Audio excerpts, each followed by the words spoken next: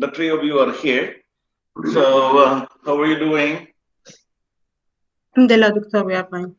We are almost done with our third week, and we are on time because according to the syllabus, we are able to finish the unit number 6, no? And the next week it will be a start of another topics. So I'm very happy with the way we are proceeding so far. Okay, so today our discussion will be focused more on cultural considerations, and that is implication for nursing, psychosocial nursing care. You see, especially if you're going to consider our community right now, the United Arab Emirates, there is this place is a cauldron of so many races, isn't it? Whenever we are going to take care of patients, there are so many people around, no? We are going to encounter so many culture, so many people belonging to different culture. Now, how are we going to deal with that? Of course, we have the so-called transcultural nursing. We need to be familiar with that. It looks like nurses are used to it, no? We know how to deal, supposed to be, with our patients properly. But the problem will be the language barrier, especially in terms of psychological and psychosocial care. No, it will be very difficult to communicate. This will be the problem in psychosocial nursing. Most of the time, we would be using ourselves to conduct therapeutic relationship, and much more. We need to communicate with our patients. So later on, I'm going to give you some guidelines, particularly in terms of translation. We need to do that. We need to communicate. That's one way. That's one of the barriers that we are going to solve. Of course, another aspects would be religion, no? Because if you expect that when you're going to be working in a unique place like United Arab Emirates, this is very unique because it looks like we are the center of the world, you know. So many people are actually coming in here, you see, all over the world. We encounter Americans, we encounter Europeans, we encounter Asians. Sometimes, but of course, when we are dealing with them, we know. But the problem will be there are so many barriers that we are going to consider that we have to look into. All right. Now, culture is a system. This is that's different from ours, no? So we have to look into every single aspect of the cultural, let's say, affiliation of every patient that we have, no? So what is culture, by the way? This is a system of beliefs. Remember this? Beliefs, behaviors, and symbols. Now, there are behaviors that are not acceptable to some culture. And there are behaviors that could be, could be unique only. So we look at that belief system, symbols that are learned, shared among different group of population, and of course it will pass through generations, so that it becomes a part of us. It becomes who we are and what we are. It characterizes us because we are one with that cultural belief. Now, the culture influences what people perceive, the way we think about things. It guides their interaction, our interactions, and it can change over time. And that's why if there will be some sort of overflow of so many unique cultures, sometimes we influence one another and we change each other's culture. Culture describes a particular society's entire way of living. We have to adjust. You see, we have to adjust. Like us, our women, our men. You see, I'm going to give you a very concrete example. When I came here to the United Arab Emirates 10 years ago, of course, I have no knowledge now about what are the people here, and I have no knowledge that men are otherwise supposed to be separated with women in some aspect, like when I was supposed to take my examination for IELTS. When I was applying for IELTS, you see, in the Philippines, it's the usual thing that when you apply, you look for a queue. So I actually went on a queue. I jumped in a queue, no? So what happened is that when I jump in, all were women, and one single lady, one old woman came to me and told me, "Go, go, go." I came to realize that, of course, I have to go because it was my first day. It was my first week to stay in United Arab Emirates. I do not know what I was doing. Of course, definitely I went. Then I later realized that I line in with ladies. Supposed to be that would be for ladies only. So that's the thing. Now, eventually, I adjusted. So these are some of the things that we are going to be content with. No, if you are new in the system, if you are new in the culture, you need to understand the culture. We as nurses must also do that. We as nurses must also take into consideration about it. Okay, because every single individual do have cultural affiliation, do have religious affiliation, do have unique behaviors that may be different from ours. The belief system may be different from ours, may be different from ours also. That is a very key to understanding. If we're going to work in the hospital in a similar way, I'm for sure if we're going to take care of around 20 patients, maybe we are going to take care of 5 nationalities. That's the thing. Mostly Indians, Arabs also, but not belonging to the UAE, among others. Not Filipinos. You can see also Bangladeshi or Bengali, as we call it, and so on. Chinese also are coming here. A lot of Koreans also are coming here. Now let us try to look into culturally competent nursing care. What is this all about? Now, when we talk about culturally competent nursing care, this is about becoming sensitive to issues related to culture, related to race. There are things that we are not going to discuss.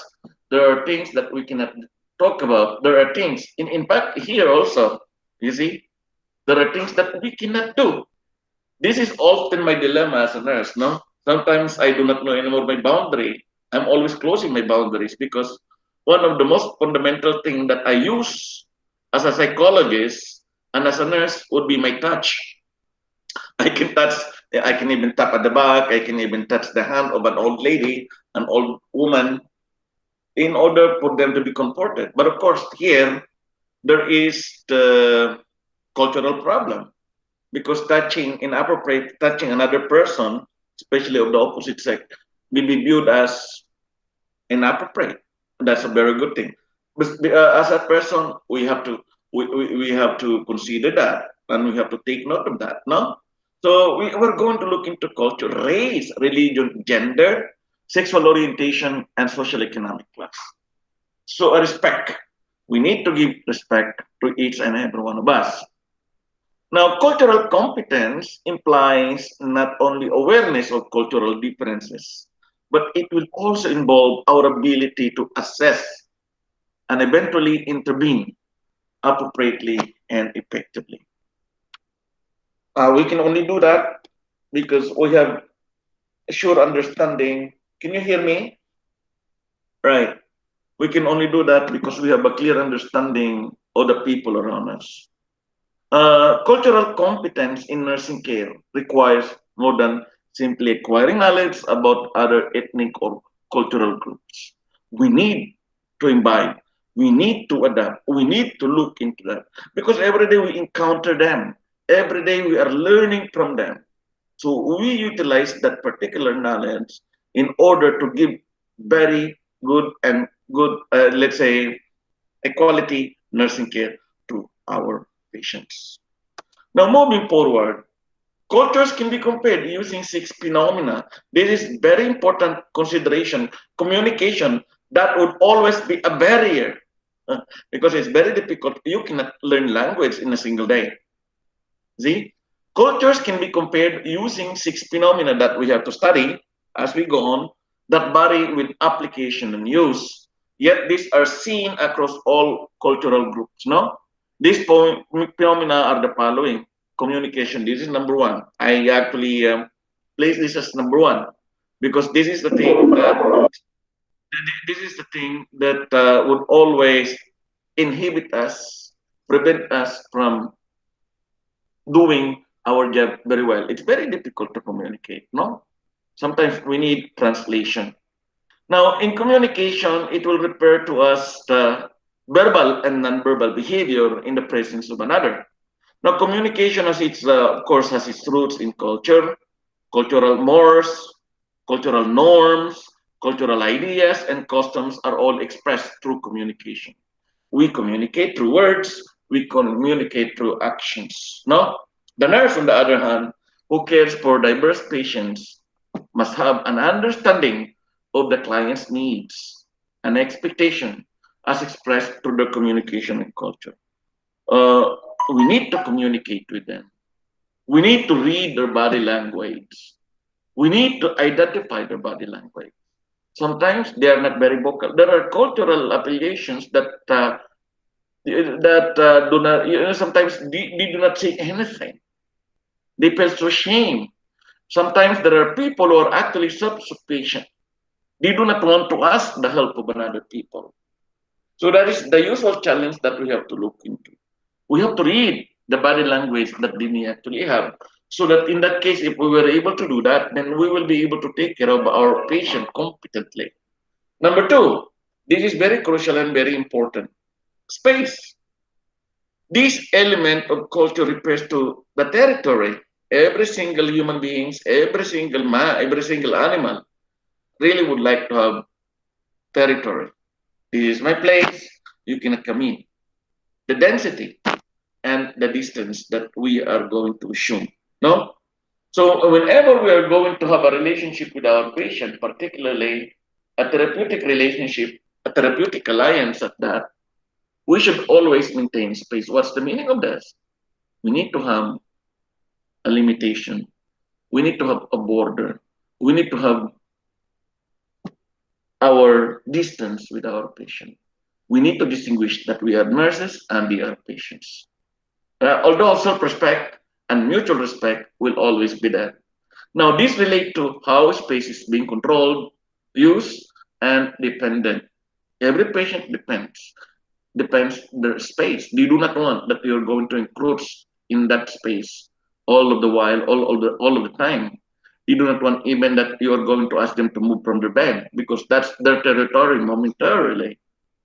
There are three interpersonal dimensions of space in Western culture that have been identified. These are the following: the intimate zone, around 0 to 18 inches, when we are very close to one another. That we really would like to utilize. No? Now, as a person, as a nurse, and as a patient, we need to maintain our relevance, our psychosocial help to the patient by maintaining safe distance. Now, we really would like to aspire for intimate zone because that's the thing that we can actually, that's how we can get close to our patient. That's how we can actually gain the trust with our patients. That's why sometimes holding the patient is necessary. The therapeutic use of self, the therapeutic use of touch would actually be very useful.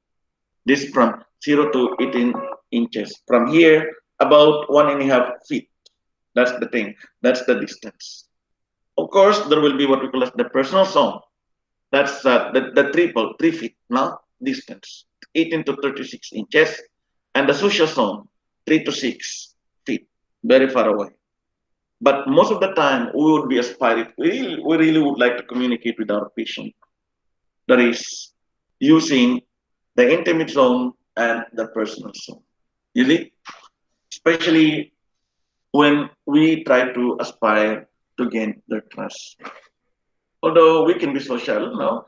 In social, we can always assert our authority. That's the thing. So there is the distinction right now. Since you're maintaining around 18 to 36, 3 to 6 feet, you're maintaining around 36 inches already to 60, a little bit quite far away. So that's business as usual. Uh, in that case, you can maintain your professional relationship with the patient. So more personal relationship cannot be established. Although if you gain the trust already, that will be okay because the patient will be confident and you are very confident also. All right. Now, social organization is another very important factor, a very important phenomenon that we have to consider in cultural competency. Why? Because we need to understand the cultural behaviors that are acquired by the patient through their interactions in groups, such as families, friends, religious organizations, and ethnic groups. The acquisition of cultural behaviors. You see, there are so many, like praying all the time, or like eating, or like communicating, or like closing their faces. You see? Now, this process of learning cultural values is called acculturation. That can be done over time when we are going to be allowing ourselves to join a certain community. That's what we call as acculturation, the assimilation of culture, so that this culture can actually be influencing our behavior. Number four, time. This is another phenomenon now that we have to consider.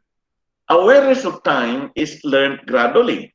No, some cultures place great importance on punctuality and efficiency, whereas others ignore the clock. This is the thing that I learned in United Arab Emirates. I thought that our time is already worse. No, we call it Filipino time. No, when you say Filipino time, expect that the person will be late. You got the point? Do you understand what I want to emphasize? Here, when I would communicate with people also, see, they'll say, wait 1 minute. You know the meaning of 1 minute in UAE? Do you sometimes say that? Wait for 1 hour. 1 hour maybe. Yeah, isn't it? 1 minute. You keep waiting for 1 minute, and then it may actually turn into 1 hour. Maybe not only 1 hour, maybe 2 hours. Isn't it? That's the thing.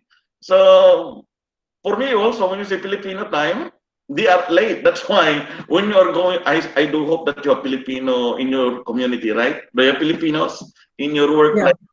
Yeah, we have. When you are going to schedule any activity, it must be in advance. When the activity is said to be 8 o'clock, you have to schedule it around 7:30 or 7. You say 7 o'clock, they will come 8 o'clock. You see? You know what I mean? Expect that we are late because this is our culture. Filipino time is not, of course, ideal. Other Europeans to the dot, isn't it? We have to meet at 8 o'clock. They will be there 8 o'clock or before 8 o'clock, isn't it? There are people like that. So this is actually very important. So you have to find out. That's why if you're going to have a patient, let's say, I'll come in 1 minute.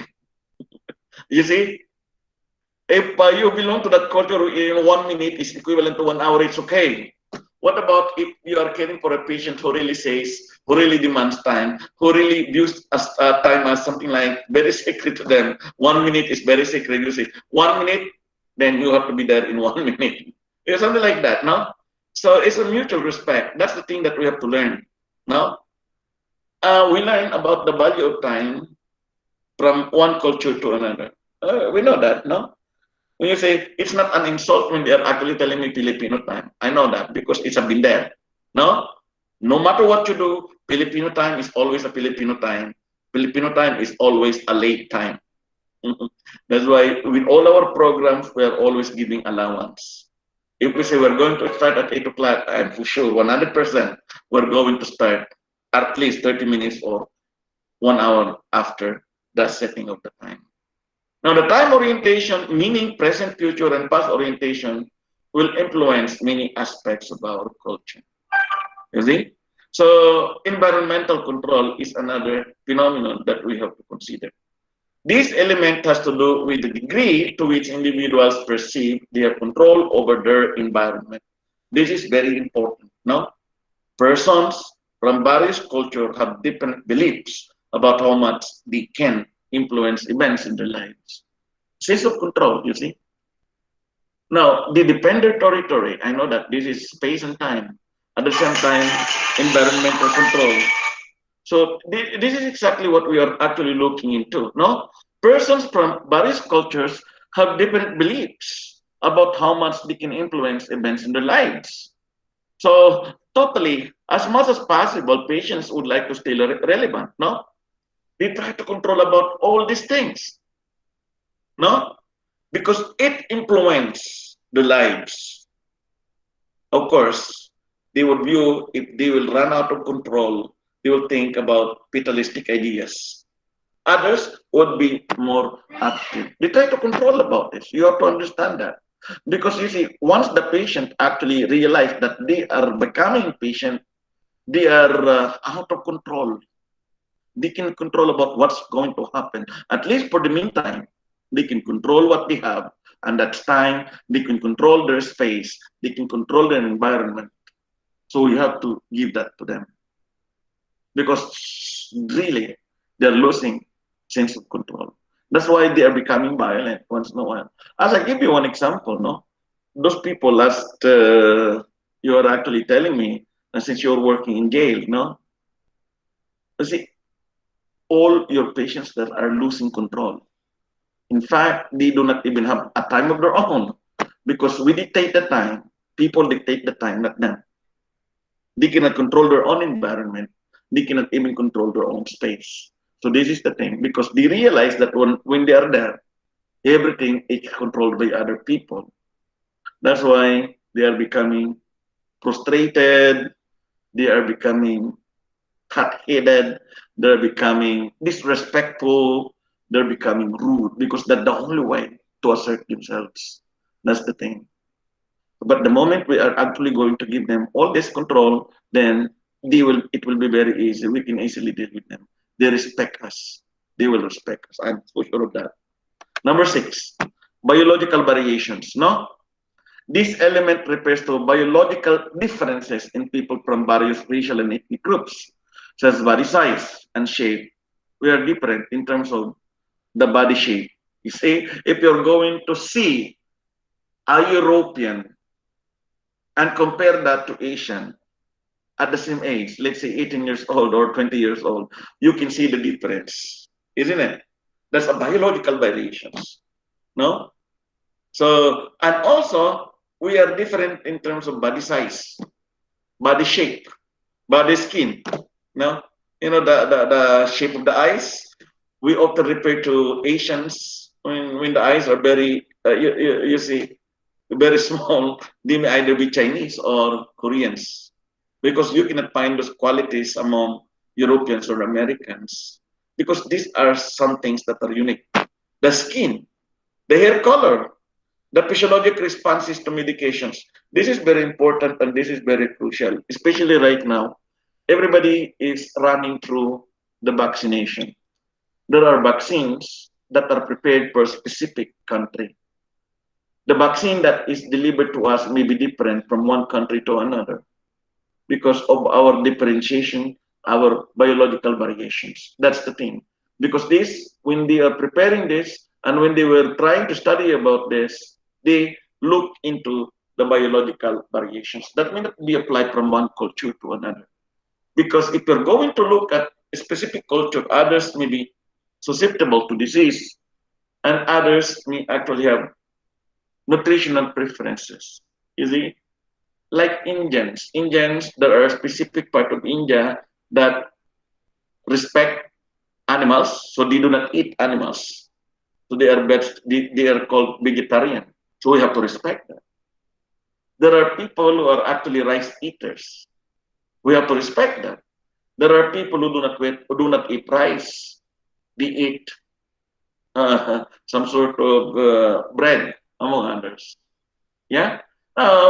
Just because of this, there is a new field that is actually created, and it's called ethnopharmacology in terms of providing pharmacological drugs, preparation of drugs, invention of drugs, right, to address certain diseases, no, in order to help these patients, no, as of what we actually have right now. Every single discovery, every single preparation of drugs, every single preparation of vaccine, we're going to look into.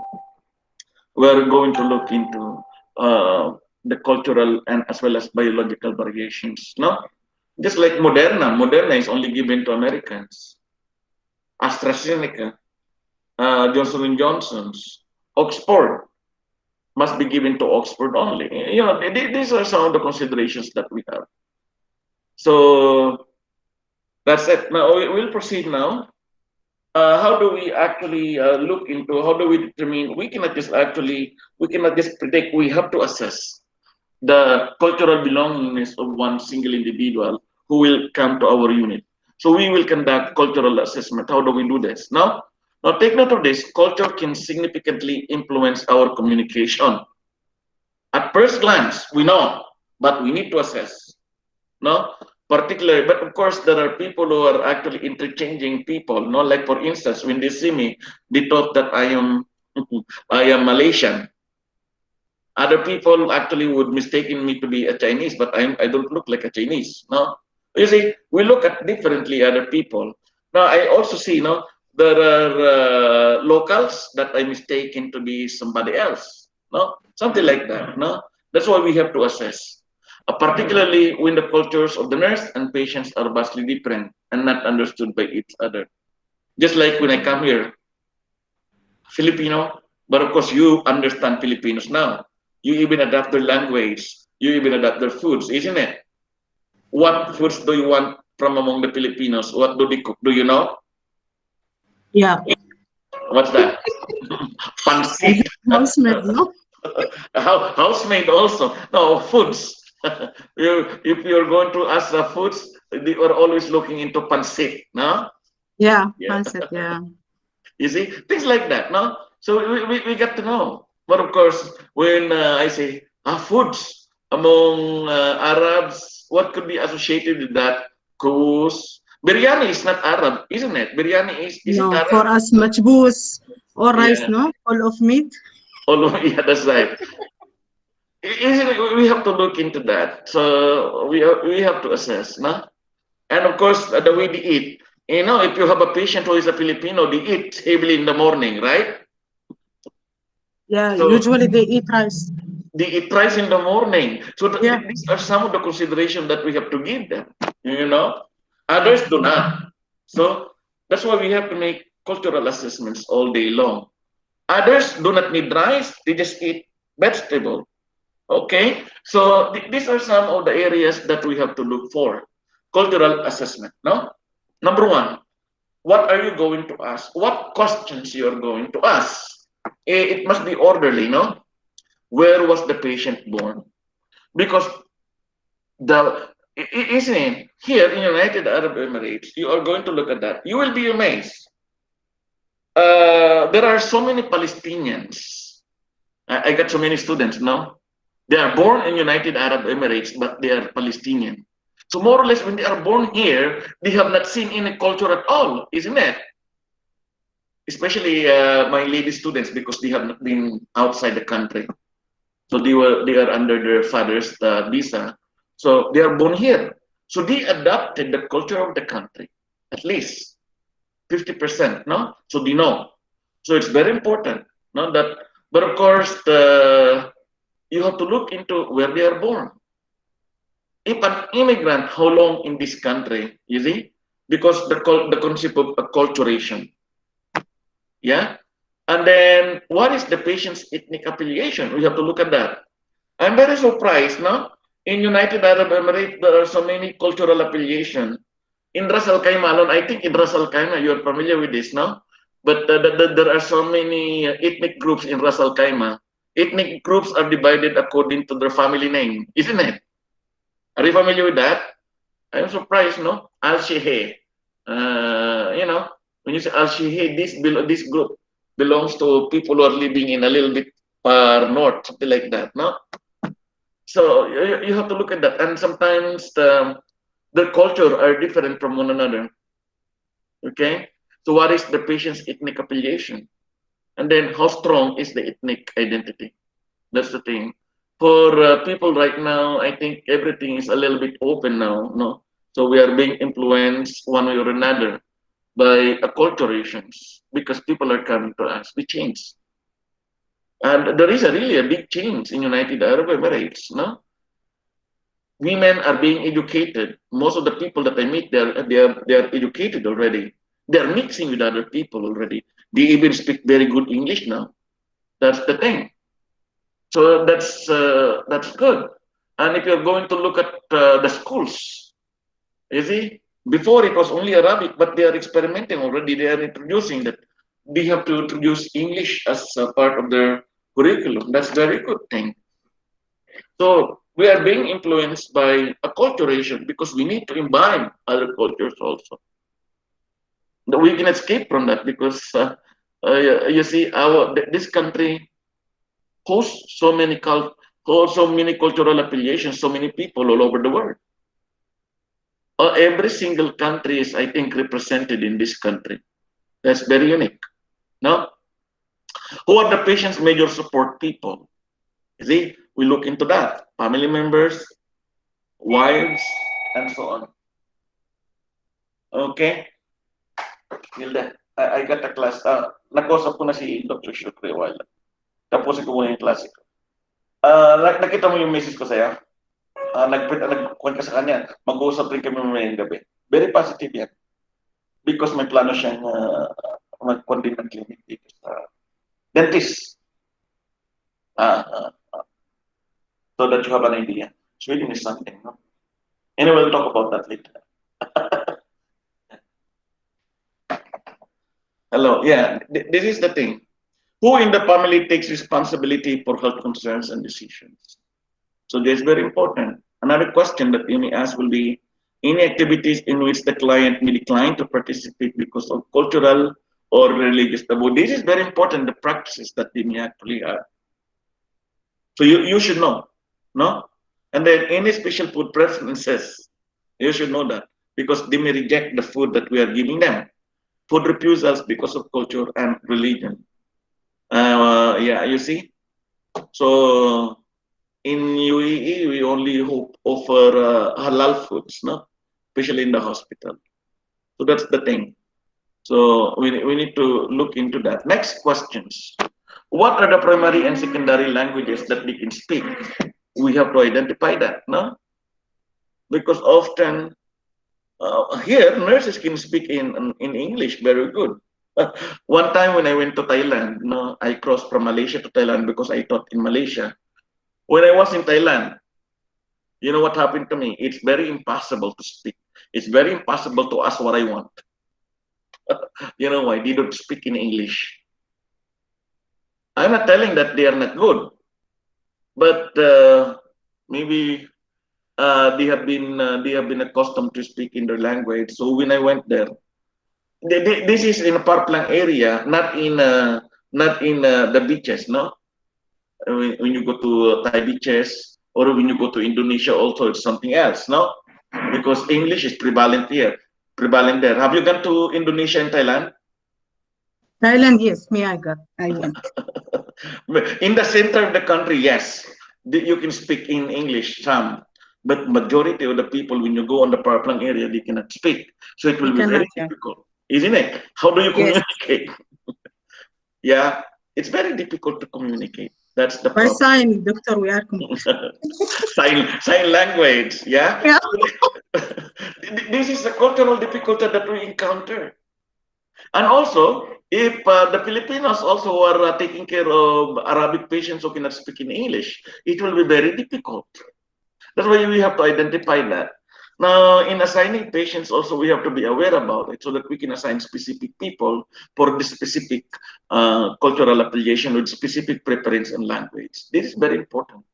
If they can speak Arabic, if they can speak English, then speaking and reading ability will be there, no?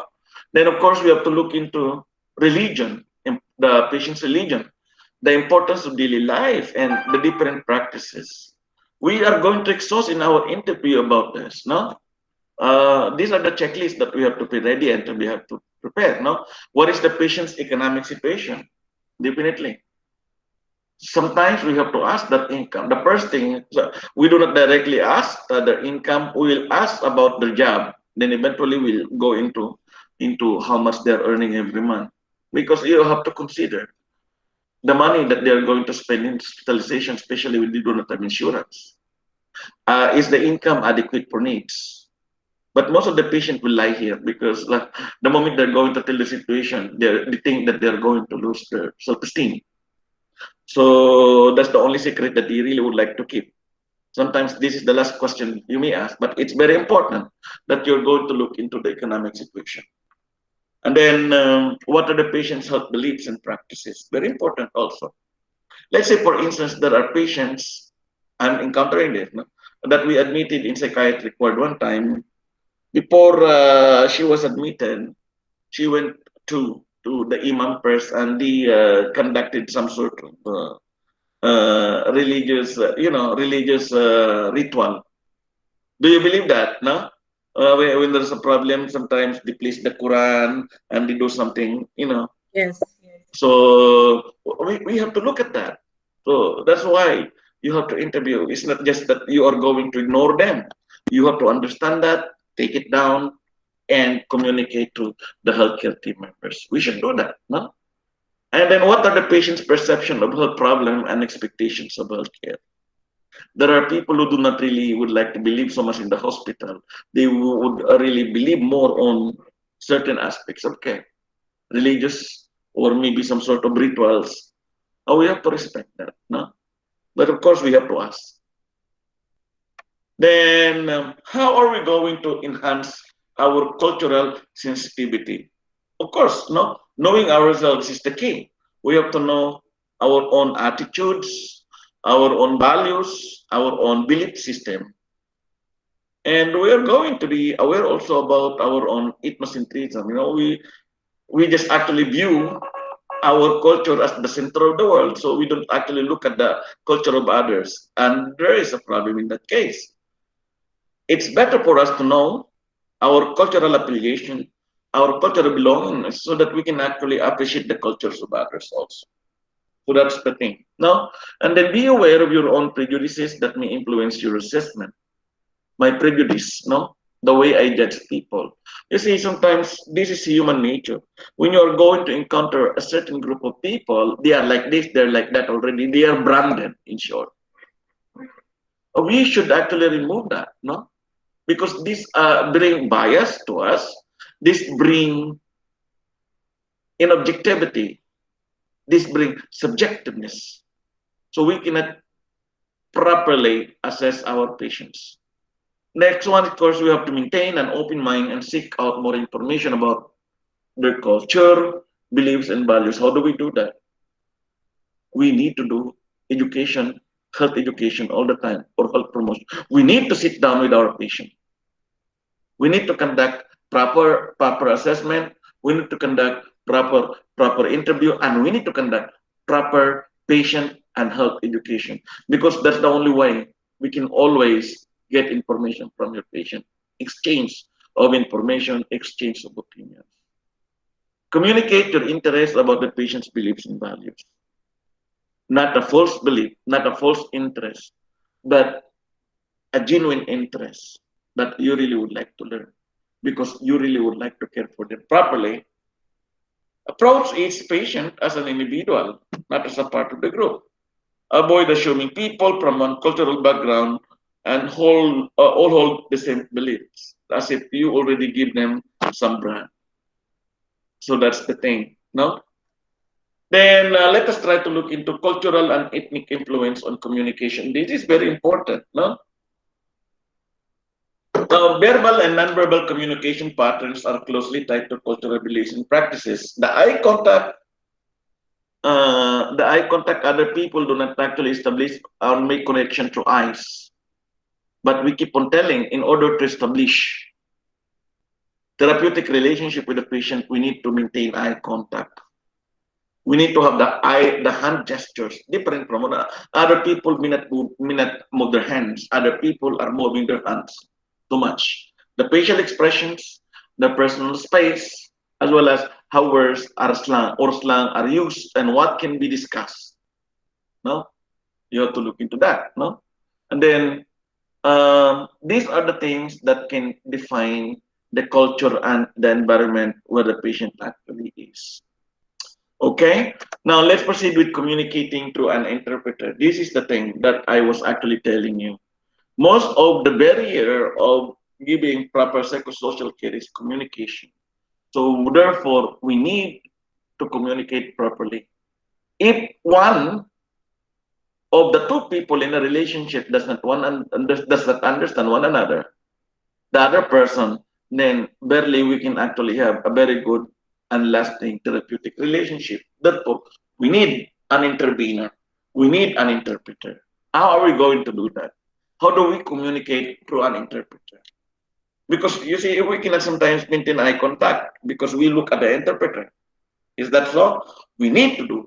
When we are actually telling our language, we need to maintain eye contact while the interpreter is just actually there, waiting for us to say the word or the sentence that we would like to say, and waiting for him to complete that so that the patient may respond, and we are going to listen for what the interpreter will tell. The language differences pose a barrier to even the most basic communication and cultural assessment that we actually ask. No, in short, in gathering information, in assessing the patient, information coming from the patient will be necessary. Something like, if there is a problem in communication, then we cannot make a proper and very good assessment of that. Now, caring for a patient who does not speak the same language as you can cause anxiety to you and the patient, can cause frustration between the two of you, can cause fear because there will be a fear of not doing enough for the patient and a sense of helplessness on your part as well as the patient's, both ways. It may cause resentment, anger, so that extra time and work will be needed. No, no, no. If you need an interpreter, extra time definitely will be needed. Some nurses try to compensate for their perceived deficiency by concentrating on performing tasks. We just focus on the tasks that we need to do with the patient rather than the patient concerns. This will be very difficult. Our main objective in doing psychosocial care is that we need to address patient's concern. That's exactly the main point that we need to do, that we must do. Now, when using an interpreter, keep the following points in mind.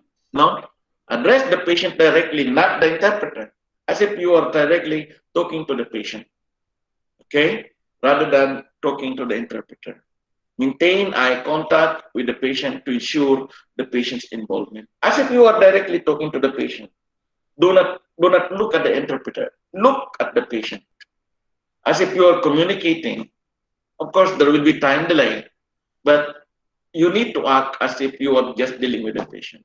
No, you wait for the patient, for the interpreter to say it. No, do not look at the interpreter this way, but you look at the patient. So you concentrate on the patient, not on the interpreter.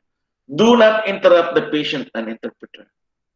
When you are communicating, you communicate normally. Do not interrupt them. Wait. At times, the interaction may take longer because of the need to clarify, and the descriptions may require more time because of dialect differences or the interpreter's awareness that the patient needs more preparation before being asked a particular question. So we give it that. Now, sometimes the patients do have difficulty giving direct answers to our question. So we give time. Next, ask the interpreter to give you verbatim translation so that you can assess what the patient is thinking and understanding. Because there are interpreters who just interpret the communication based on how they understood it. You need to ask the interpreter so that the interpreter will give you verbatim exactly what the patient will say to you. That's what you're going to do. Avoid using medical jargon if the interpreter is non-medical practitioner. No, there are interpreters here in UAE, in court also. You see, do not ask medical jargon, special jargons. The terms that you will use can easily be understood by anybody, so that the interpreter or the patient may not understand. May just actually understood immediately. All right. Avoid talking or commenting to the interpreter at length. The patient may feel left out and distrustful. So do not do that. Do not talk too much with the interpreter, and don't even focus your attention to the interpreter. Just listen to what he says to you. Be aware that asking intimate or emotionally laden questions may be difficult for both the patient and the interpreter. So you have to give time. So lead up to these questions slowly, then always ask permission to discuss these topics first. If the patient will say no, don't go over it, ask another question. Okay? So that's the thing. When possible, allow the patient to an interpreter to meet each other ahead of time so that you will plan. Let's say there is a scheduled assessment for today. You ask them. The interpreter will actually will be asked to see first the patient, no, if possible, so that everything will be okay. They will get at ease with one another, and all throughout your communication with the patient, you use similar or the same interpreter at all times, at all costs. Okay, if possible, request an interpreter of the same gender because of the emotion involved. The interpreter understands what the patient is actually telling if they belong to the same gender, the same age group also. So that's very important. No, to make good use of the interpreter's time, decide beforehand which questions you will ask. That's why you have to sit down and you have to plan for it. No, meet the interpreter briefly before going to see the patient, so that you can actually let the interpreter know what you're planning to ask. Do not just get the interpreter and let the interpreter interpret. There will be a meeting of mind beforehand. No? After the session, review the questions and answers with the interpreter. Then check any remaining concerns with the interpreter. So that's exactly what you need to do. Now, anticipate when emotional difficulties will be there, and prepare the interpreter ahead of time for this, because sometimes there will be what we call as emotional explosions. The patient may explode, and the patient may be, the interpreter may be surprised. So be prepared beforehand the patients about this. If not well prepared or well trained, then an interpreter can identify with the patient, and that will be a problem. There will be discomfort along the way. Moving forward, uh, now, working without the interpreter is easy, just like the normal thing that we need to do. No, so if an interpreter is not available, using pictures, sometimes it's using pictures or charts or flashcards can actually be very helpful. No, sometimes it's also draining that we can actually we can be fruitful in a single way. As you mentioned a while ago, you interpret through sign language. But here we're very lucky because we are in a setup, we are in a hospital setting, so we can actually prepare the materials. We can use pictures, we can use paper, we can ask them to write. No, so greet the patient respectfully in the language that you know. Be polite and be formal, and use some sort of universal language like greetings, no? All right, like shake hands, like smile, no? Especially with the older patient. Then identify the patient's primary language. You have to ask that. No? Then if you can pronounce any words in that language, use them to show you are trying to communicate. Yeah, especially small word, you can actually say that, no, so that you can easily show that you're communicating with the patient. You're trying to establish communication with the patient. Like for instance, if you're talking to Italian or to Spaniards, say buenos dias. So they will be surprised. Or like what I'm doing, shukran, no? Or if you're talking to the Filipino, so you see, there are certain ways that you can actually establish communication in order to reduce anxiety on the other hand. All right? Speak slowly, clearly and quietly in English. If this is your only option, do not attempt to say anything. You will just be frustrated. Speak in English and use any possible means so that you could actually show to the patient. Do not shout. Make an effort not to appear frustrated, irritated, or worried. Although you are irritated, but make it appear that you are not being irritated. Ask one question at a time. Talk about one symptom at a time and use simple sentences, English at that. Try to avoid medical terminology as usual. Use picture cards or praise if necessary, and sometimes you use also writing materials. No. Now be aware that some patients may act as if they have understood all your questions, just they keep on nodding to avoid looking ignorant or to avoid rude. There are people like that, even though you speak the same language, they just nod and done. Then when you're going to ask questions, they will not understand. They say they don't understand. Be aware about this. No.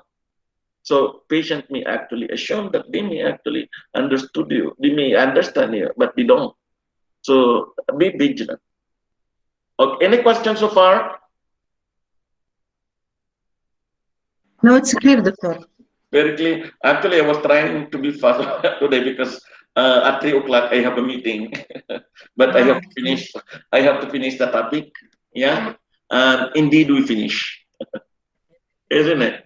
So, are there any questions about your assignment, about the TBL, and about your seminar?